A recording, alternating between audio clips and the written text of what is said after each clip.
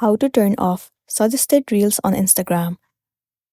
Well, the very first thing you want to do is to head over to your application Instagram, enter your login credential, and then log into your specific account.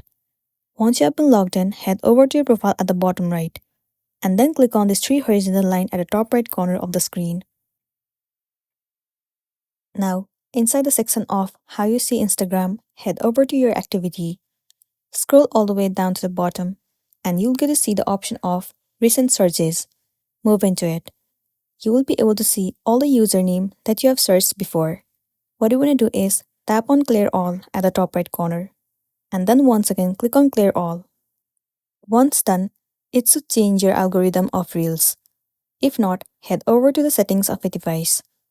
Move into General and then move into iPhone Stories. In this page, head over to Application Instagram. You have to click on Offload App, and then once again click on Offload App. It will clear the cache and the storage of the application. After that, if you open up Instagram, you have to re-log into your account, and then you will be good to go. So that's the wrap for this video. Make sure to smash the like button and consider subscribing to our channel. We'll see you in the next one.